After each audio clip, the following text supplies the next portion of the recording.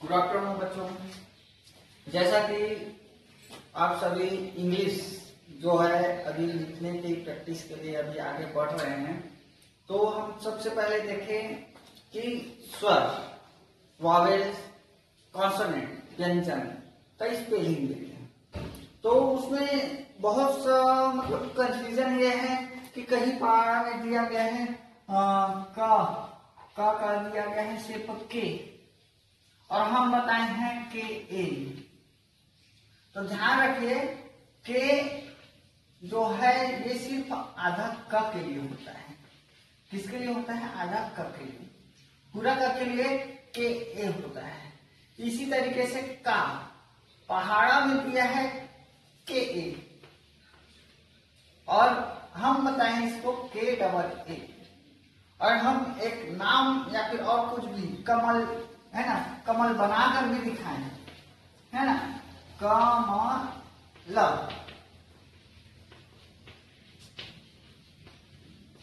तो इसमें परेशानी क्या था कि बच्चों का जो पहाड़ा के हिसाब से देखे हैं, तो इसका के, म का एम, ल का एल, तो इसका कमल का स्पेलिंग के एम एल लिख रहे हैं, जो कि ये सही नहीं है।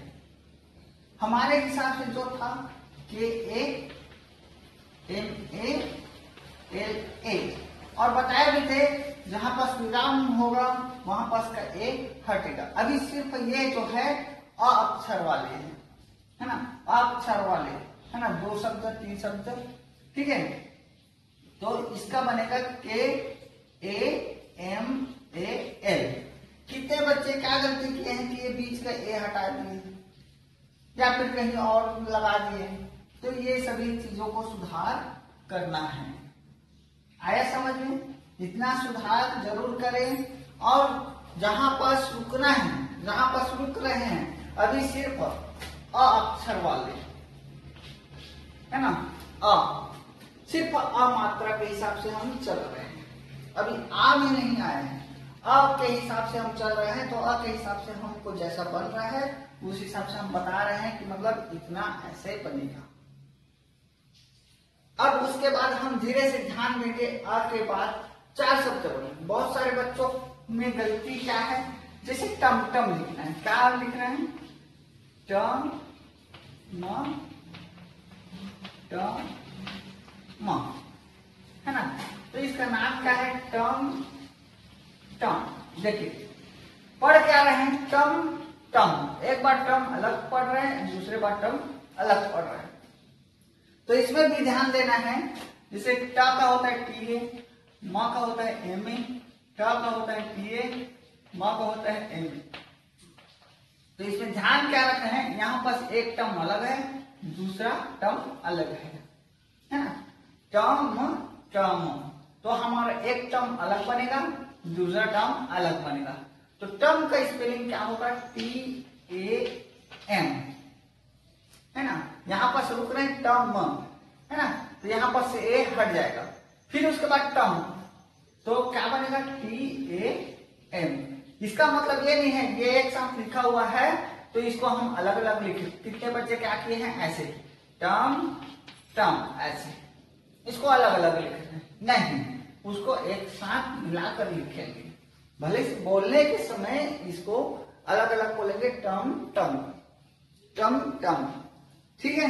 तो इस तरीके से 4 शब्द वालों में सबसे ज्यादा बच्चों का गलती आया है, जो कि कल मैं जो बच्चे भेजते हैं तो उस हिसाब से मैं देख रहा था। तो वो गलती को सुधार करें कि यहाँ पर जो 4 शब्द वाले हैं उसमें गलती करते हैं। कल ही बताया गया था कि जहां पास विराम लगे वहां का ए हटेगा, और जहां पास विराम लगता है वहां पास हमारा शब्द जो है रुकता है, और वहां से एक शब्द बनकर अलग हो जाता है।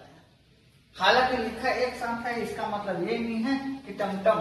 पढ़ने में लगता जरूर है, लेकिन स्लो मोशन में जब पढ़ेंगे तब उसका उच्चारण समझ में आता है। टम टम, ये अलग होता है, ठीक है। अब आगे का देखते हैं, चलिए।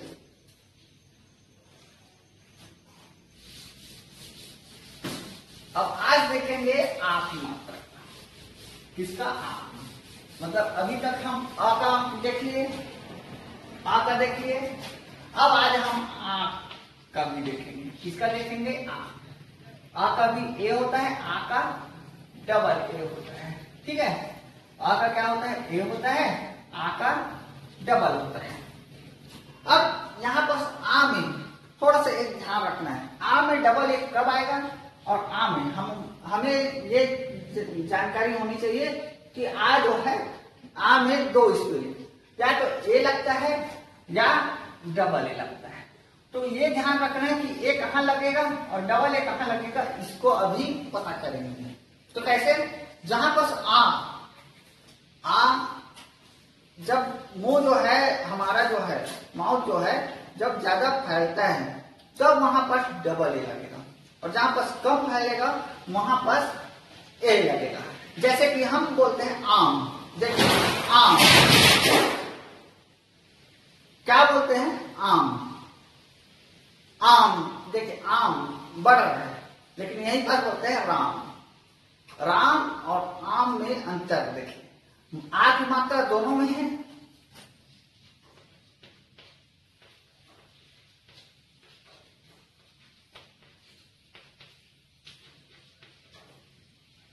ठीक है, और राम में देखिए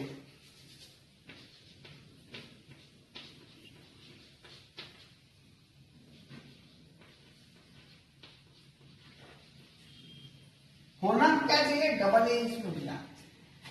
ठीक है, इसको पढ़ेंगे क्या? आम। देखिए आ की मात्रा, और यहां पर देखिए राम, है ना?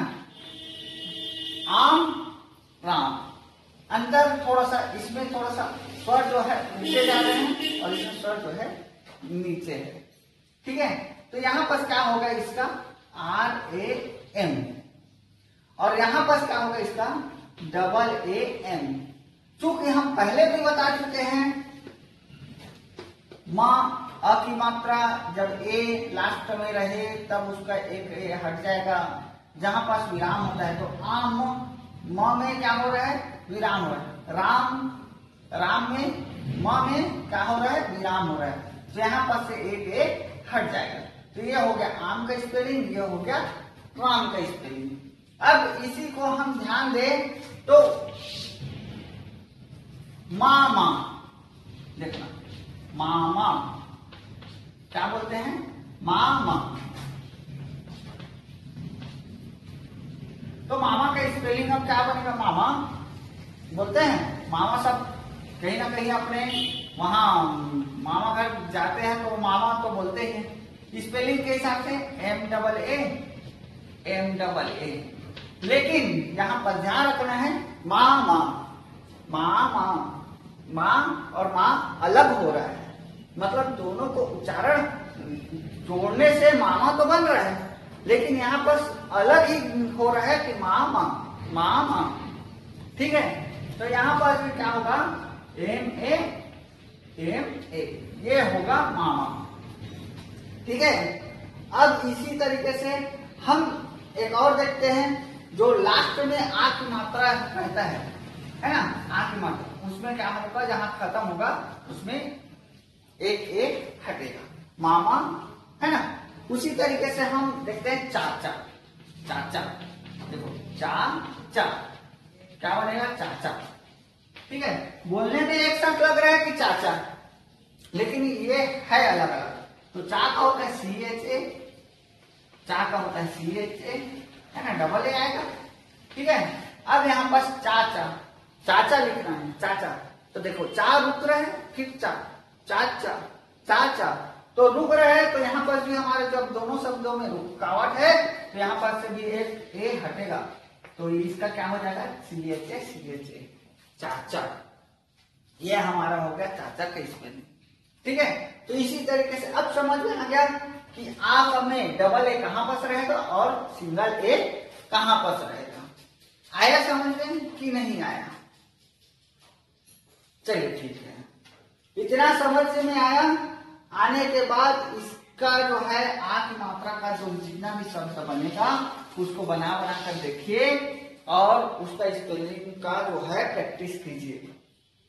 चूंकि हम यह जानते हैं कि नियमता देखा जाए तो हमको ये सभी पढ़ाने की जरूरत नहीं है, लेकिन बहुत से बच्चों में परेशानी क्या होती है, वो स्पेलिंग लिख नहीं पाते हैं, पढ़ नहीं पाते हैं, कंफ्यूजन में रहते हैं कि क्या स्पेलिंग आएगा। और हम ये चाहते हैं कि हमारा बच्चा अंग्रेजी में बोलने में एक्सपर्ट रहे, लेकिन हम छोटा छोटा जो बेसिक है उसके लिए हम मेहनत नहीं करा।